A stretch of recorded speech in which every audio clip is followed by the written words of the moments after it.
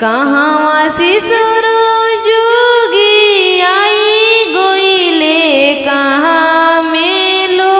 भाई गोइले के करे दुरिया जोगी बैठली तो मांगे लगलिया लारी धियावा मांगे लगल दुलारी धियावा अयोध्या शिशुर जोगी आई गोइले मिथिला में लो भाई गोइले जनक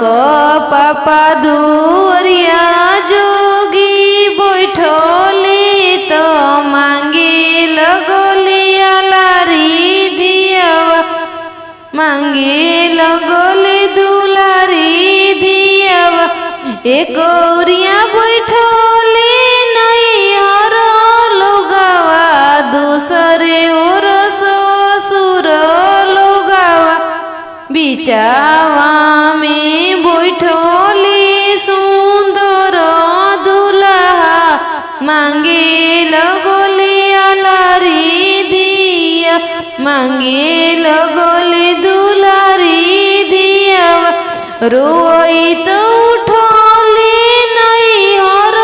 लोगावा हंसैते ससुर लोगावा ताली ठोकी उठले कौन दुल्हा अब हम बियाहबे ताली ठोकी उठले कौन दुल्हा अब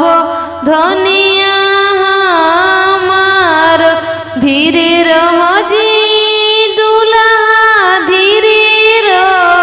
रहयरू गंभीरे रह जब पापा करिहने कन्या दान तबेरे शुभ